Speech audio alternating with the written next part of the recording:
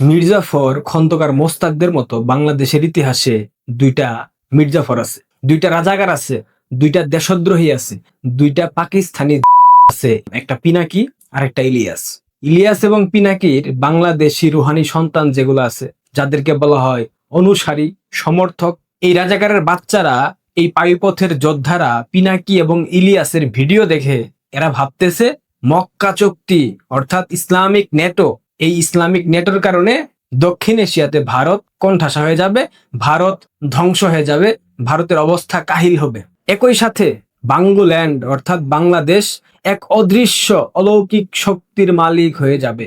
এদেরকে একটু বোঝানো দরকার, এদের বাস্তবতার মাটিতে নামা উচিত। বাস্তবতা কি? ভারতকে ধ্বংস করবা এই তথাকথিত ইসলামিক নেটো দিয়া? বাস্তবতা এত সহজ? সব বলার আগে একটা কথা বলা দরকার, ইলিয়াস এবং পিনাকি যে বাঙ্গুদের মাথা বিক্রি করে খায়, এই বাঙ্গুরা কি সেটা বুঝে? এদের যদি এতই দেশপ্রেম থাকতো অর্থাৎ ইলিয়াস এবং পিনাকির, তাইলে 5 আগস্টের পর এখন পর্যন্ত বাংলাদেশে যায়নি কেন? দেশ তো এখন পিনাকি এবং ইলিয়াসের ইশারায় চলে, চলে না? তারা তো বারবার বলে দেশে তারা যা বললে তাই হয়, তারা ধানমন্ডি 32 ইশারা দিয়ে ভেঙে ফেলে। বলেছে না পিনাকি, ইলিয়াস? বলেছে তো, একাধিকবার বলেছে। পিনাকি যে বাঙ্গুদের মাথায় নুন রাইখা বড়ই খাইতেছে, আর ইলিয়াস যে বাঙ্গুদের মাথায় কাঁঠাল ভাইঙা খাইতেছে, সেটা বাঙ্গুরা কবে বুঝবে জানি না। যাই হোক, ঠান্ডা মাথায় চিন্তা করেন, মক্কা চুক্তি আসলে চটকদার মোরগে অকার্যকর একটা আয়োজন। সোজা বাংলা ভাষায় এটা একটা ভোগাস বিষয়। আমার যতটুকু মনে হচ্ছে এটা মূলত মার্কিন যুক্তরাষ্ট্রের সাজানো একটা গুটি, আর এই গুটির চাল দিচ্ছে পাকিস্তান, তুর্কি এবং সৌদি আরব। এই মক্কা চুক্তির মাধ্যমে আঞ্চলিক উত্তেজনা বজায় রেখে মার্কিনীরা নিজেদের পকেট ভারী করতে চায়। সৌদি আরব, তুরস্ক, পাকিস্তান এই সামরিক বলয় তৈরি করেছে। তাদের মূল শর্ত হলো একজনের উপর হামলা হলে বাকিরা তাকে নিরাপত্তা দেবে। অর্থাৎ পাকিস্তানে যদি কেউ হামলা করে সেক্ষেত্রে তুর্কি এবং সৌদি আরব নিরাপত্তা দেবে। একইভাবে তুর্কি এবং সৌদির ক্ষেত্রে একই রকম বিষয় থাকবে। আমার প্রশ্ন হচ্ছে এখানে শত্রুকে আর কার আক্রমণ থেকে কে কাকে রক্ষা করবে? লাভ ক্ষতির খাতা খুললে বাংলাদেশের মতো দেশের জন্য এই চুক্তিতে কোনো অর্জন আছে কি? উত্তর হলো নাই। কিন্তু অর্জন থাক বা না থাক, বলির পাঠা হওয়ার ঝুঁকি কিন্তু 16 আনা। এটা কি বাংলাদেশের মানুষ জানে? এটা কি বাংলাদেশের সরকার বুঝে? কিভাবে বাংলাদেশ বলির পাঠা হতে পারে সেটা শেষের দিকে আমি বুঝিয়ে বলবো। আপনারা যে দেশগুলোর উপর ভরসা কইরা অলৌকিক শক্তির কল্পনায় উঠতেছেন, তাদের আসল রূপটা আপনারা জানেন? অর্থাৎ সৌদি, তুর্কি, পাকিস্তান, এদের আসল রূপ, বর্তমান পরিস্থিতি আপনারা জানেন? জানেন না। সৌদি আরব একটা মার্কিন যুক্তরাষ্ট্রের প্রথম সারির দালাল, অর্থাৎ টাউট একটা রাষ্ট্র, সুবিধাবাদী একটা রাষ্ট্র। সবসময় যেখানে লাভ তারা সেখানেই নাক দেয়, মাথা দেয়, মুখ দেয়। আর সেই সৌদি আরব এই তথাকথিত নেটো দিয়ে বাকি দেশকে সহায়তা করবে, এটা কেমনে ভাবেন?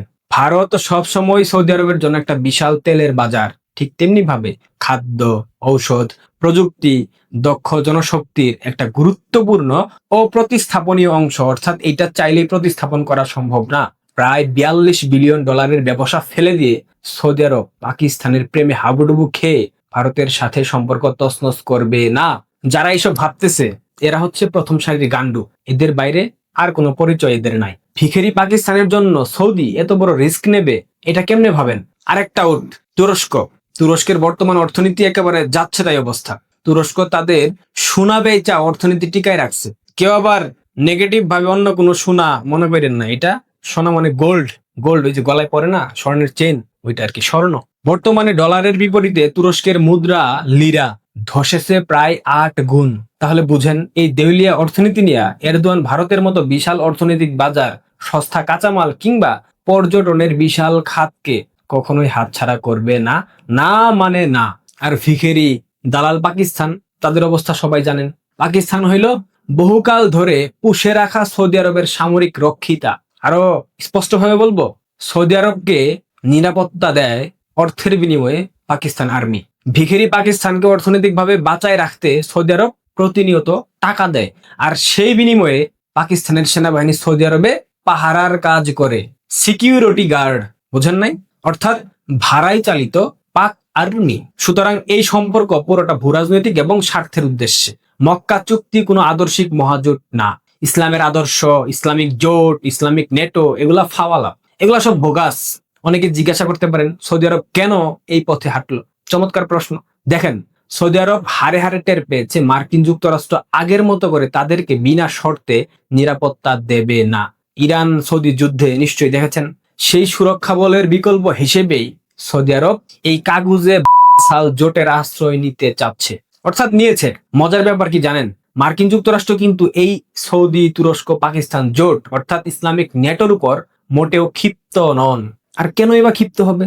তুরস্ক এখনো নেটোর সদস্য, পাকিস্তান তাদের অন্যতম প্রথম সারির দালাল, সৌদি আরব মধ্যপ্রাচ্যে তাদের প্রথম সারির দালাল এবং বাণিজ্যিক অংশীদার। সুতরাং মার্কিন যুক্তরাষ্ট্র সেন্টি খাবে না, এটা খুব সিম্পল বিষয়। অন্যদিকে তুর্কি হলো মার্কিনীদের কাছে দুধ ভাত, কারণ বাটপার এরদোয়ান ইসলাম পুঁজি করে সবসময় ধর্মের লেবাস ধরে বিজনেস করে, এটা মুসলিম বিশ্ব মোটামুটি অবগত। পুরো ভৌগোলিক দাবা খেলায় ঘুরিয়ে ফিরিয়ে মূল প্রতিপক্ষ বানানো হচ্ছে ইরানকে, অর্থাৎ ইসলামিক নেটো যেটা প্রতিষ্ঠা হচ্ছে এটার প্রতিপক্ষ হলো ইরান। সৌদি আরব চায় তাদের নিরাপত্তা কাঠামো নিশ্চিত করতে, কারণ ইরান প্রতিনিয়ত সৌদি আরবে হামলা চালাচ্ছে, মার্কিন যুক্তরাষ্ট্র তাদেরকে সহায়তা করছে না। আর পাইক্কাদের দরকার সৌদির ভিক্ষার টাকা। অন্যদিকে তুর্কি আরেক ভিখারি, অর্থনৈতিকভাবে দেউলিয়া, তারা চায় তাদের ড্রোন এবং অস্ত্রের বাজার সম্প্রসারণ করতে, বুঝলেন? কিন্তু চীন ও রাশিয়া ইরানকে আবার পেছন থেকে শক্তি দেয়, ফুয়েল দেয়, রসদ দেয়, মদত দেয়। সৌদি আরবের সাথে ইরানের আঞ্চলিক রেষারেষি আছে, তুরস্কের সাথে সিরিয়া সীমান্তে জটিলতা আছে। আর আমেরিকার জন্য ইরান হইল চিরশত্রু। অন্যদিকে পাকিস্তানের সাথে ভারতের বৈরিতা থাকলেও ইরানকে নিয়ে পাকিস্তানের কোনো মাথা ব্যথা নাই। আবার ভারতের সাথে চীন ও রাশিয়ার ঘনিষ্ঠ সম্পর্ক আছে, যেটা এই অঞ্চলে ক্ষমতার ভারসাম্য বজায় রাখতে ভারতকে সহায়তা করছে। তাইলে কি দাঁড়াচ্ছে? আপনারা কি ভাবছেন? ভারত যদি কখনো পাকিস্তানের উপর আক্রমণ চালায়, সেক্ষেত্রে সৌদি আরব কিংবা তুরস্ক উদ্ধার করতে হয়ে ঝাঁপিয়ে পড়বে, মানে ভারতে হামলা করবে? করবে না, গ্যারান্টি দিলাম, গ্যারান্টি। আবার ইন্দো প্যাসিফিক স্ট্র্যাটেজি অনুযায়ী চীনের উত্থান ঠেকাতে ভারতের গুরুত্বের কথা মার্কিন যুক্তরাষ্ট্র সবসময় মাথায় রাখবে, অর্থাৎ কৌশলগতভাবে ভারতকে তাদের মিত্র বানিয়ে রাখতেই হবে, এর বিকল্প কোনো কিছু নাই। অর্থাৎ মার্কিন যুক্তরাষ্ট্র ভারতের সাথে ভুল করেও শত্রুতা করতে যাবে না, সরাসরি কোনো স্টেপ নেবে না, আড়াল থেকে চক্রান্ত করতেই পারে, ওইটা ভিন্ন বিষয়। তাইলে এই যে পুরো নাটক, এই নাটক থেকে লাভ কার হচ্ছে?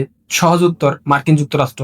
আমেরিকা এমন একটা জালিমাল, মানে চতুর খেলোয়াড়, তারা যুদ্ধ বাধায় না, আবার শান্তিও আসতে দেয় না।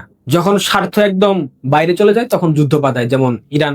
দেখতেই পাচ্ছেন আমেরিকা শুধুমাত্র নিয়ন্ত্রিত উত্তেজনা টিকিয়ে রেখে পুরো বিশ্বকে নিজের হাতের মুঠোয় রাখতে চায় এবং রাখে। তাদের লাভের হিসাবটা ঠিক এমন ভাবে চলে। প্রথমত অস্ত্রের বাজার গরম রাখা, উত্তেজনার পারদ বাড়লেই সৌদি, ইউএই, ইসরায়েল কিংবা তুরস্ক প্রাণপণে মার্কিন যুদ্ধ বিমান, মিসাইল, ড্রোন, গোলাবারুদ সবকিছু কেনার জন্য দৌড়ে চলে যায়।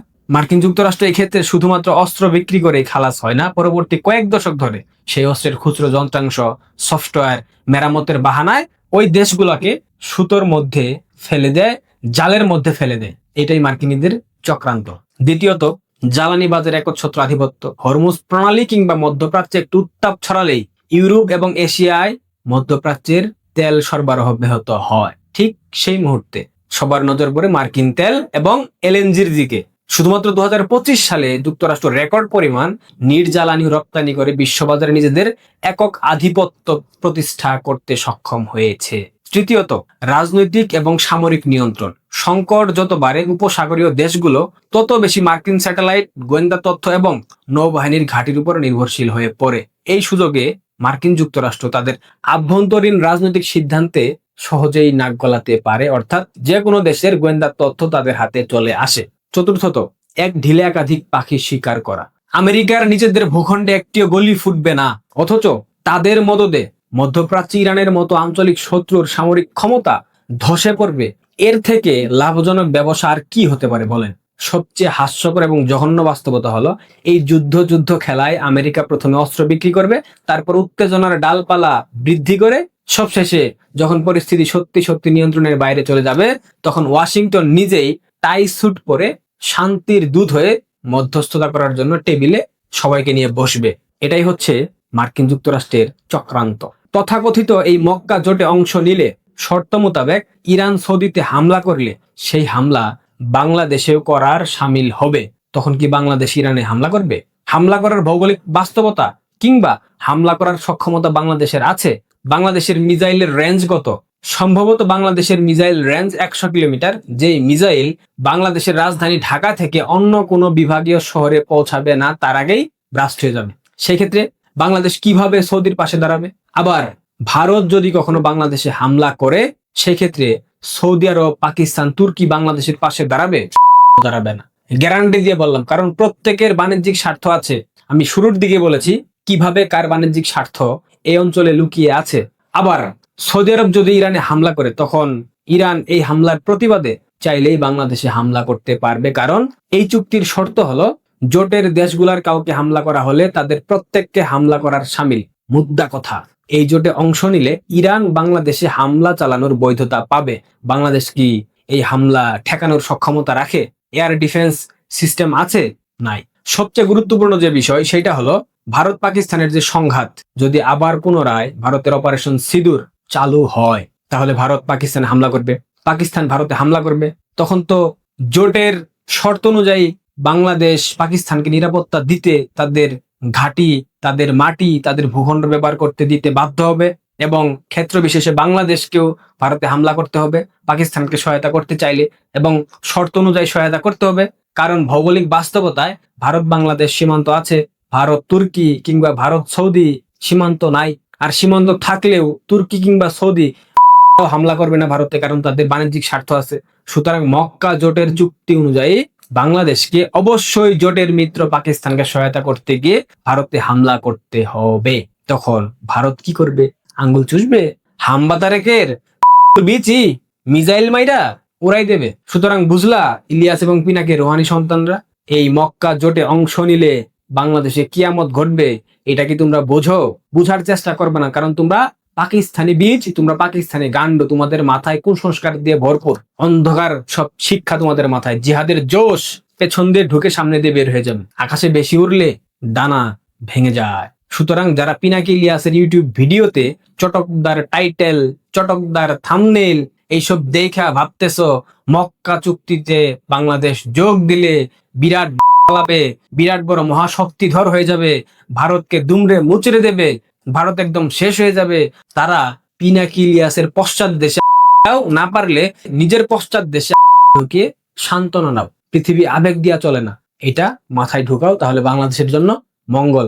মোদ্দা কথা, এই জোটে বাংলাদেশ যোগ দিলে বাংলাদেশ নিজের কপালে নিজের দুর্দশা ডেকে আনবে। ভালো থাকবেন, ধন্যবাদ।